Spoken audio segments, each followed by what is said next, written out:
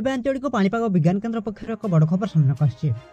ତେବେ ବର୍ତ୍ତମାନ ଯାହା ସୂଚନା ମିଳୁଛି ଆଗାମୀ 3 ଘଣ୍ଟା ପାଇଁ 8ଟି ଜିଲ୍ଲାକୁ ପ୍ରବଳ ବର୍ଷା ହେବା ନେଇ ୟେଲୋ ଆଲର୍ଟ ଜାରି କରିଛି ଆଞ୍ଚଳିକ ପାଣିପାଗ ବିଭାଗ।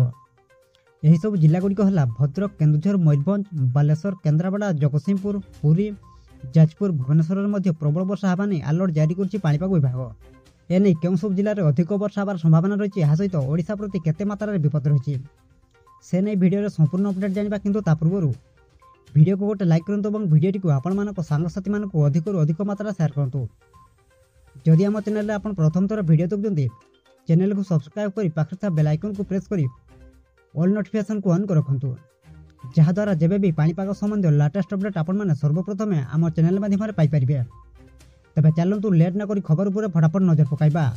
আগামী 3 ঘণ্টা মধ্যে এইসব জেলার বর্ষা সহ বজ্রপাত হব বলে জনাপড়ি। এঠিকার তড়িয়া অঞ্চল জলমগ্ন হয়েপরে বলে পূর্বানুমান করছে পাণিপাগ বিভাগ। বজ্রপাতর রক্ষা পাইবা পাই লোকଙ୍କୁ ଏହି ସମୟରେ ଘରୁ ନ ବାହାରିବା ସହ ବାହାରେ ଥିବା ଲୋକଙ୍କୁ ନିରାପଦ ସ୍ଥାନକୁ ଯିବାକୁ ପାଣିପାଗ ବିଭାଗ ପକ୍ଷରୁ ପରାମର୍ଶ ଦିଆଯାଇଛି। ଅନ୍ୟପଟେ ଗାଙ୍ଗେୟ ପଶ୍ଚିମବଙ୍ଗ ଉପରେ ସୃଷ୍ଟି ହୋଇଥିବା ଗଭୀର ଅବପାତ ବୁଧବାର ଅର୍ଥାତ୍ ଆଜି ଦୁର୍ବଳ ହୋଇ ଅବପାତରେ ପରିଣତ ହେବ। ଆଜିଠାରୁ ଏହାର ପ୍ରଭାବ ରହିବନି ଓ ପାଗ ପ୍ରାୟତଃ ଶୁଖିଲା ରହିବ।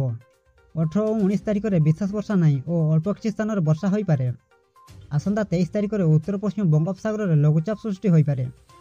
ସ୍ୱା ଜଳବାୟୁ ଓ ପରିବେଶ କେନ୍ଦ୍ର ନିର୍ଦ୍ଦେଶକ ଡକ୍ଟର ଶରତ ସାହୁ ଏହି ପୂର୍ବାନୁମାନ କରିଛନ୍ତି। ଆସନ୍ତା 22 ତାରିଖରେ ଉତ୍ତର ପଶ୍ଚିମ ବଙ୍ଗୋପସାଗର ଓ ପଶ୍ଚିମବଙ୍ଗ ସଂଲଗ୍ନ ଅଞ୍ଚଳରେ ଏକ ଘୂର୍ଣ୍ଣିବଳୟ ସୃଷ୍ଟି ହେବ। 23 ତାରିଖ ସୁଦ୍ଧା ଏହା ଲଘୁଚାପରେ ପରିଣତ ହେବ। ଏହାର ପ୍ରଭାବରେ ମୟୂରଭଞ୍ଜ, ବାଲେଶ୍ୱର, ଯାଜପୁର, ସୁନ୍ଦରଗଡ଼ ଜିଲ୍ଲାର ବିଭିନ୍ନ ସ୍ଥାନରେ ଭାରୀ ବର୍ଷା ହୋଇପାରେ। ଭୁବନେଶ୍ୱର ସମେତ ଉପକୂଳ ଓଡ଼ିଶାରେ ମଧ୍ୟ ବର୍ଷା ହେବ ବୋଲି ସେ ପୂର୍ବାନୁମାନ କରିଛନ୍ତି। ସେଥିପାଇଁ ଆପଣମାନେ ସତର୍କ ରୁହନ୍ତୁ। ବାସ୍ ଏହା ଥିଲା ଆଜିର ମୁଖ୍ୟ ଖବର। ପ୍ରତ୍ୟେକ ଦିନ ଏମିତି ଲାଟେଷ୍ଟ ଅପଡେଟ୍ ପାଇବା ପାଇଁ ଏବେ ହିଁ ଚ୍ୟାନେଲକୁ ସବସ୍କ୍ରାଇବ୍ କରି ପାଖରେ ଥିବା ବେଲ୍ ଆଇକନକୁ ପ୍ରେସ୍ କରି ଅଲ୍ ନୋଟିଫିକେସନକୁ ଅନ୍ ରଖନ୍ତୁ, ଯାହାଦ୍ୱାରା ପ୍ରତ୍ୟେକ ଦିନ ଏମିତି ଲାଟେଷ୍ଟ ବ୍ରେକିଂ ନ୍ୟୁଜ୍ ଆପଣମାନେ ସର୍ବପ୍ରଥମେ ଆମ ଚ୍ୟାନେଲ ମାଧ୍ୟମରେ ପାଇପାରିବେ। ବ୍ୟୁରୋ ରିପୋର୍ଟ, ଜାଗରଣ ଟିଭି।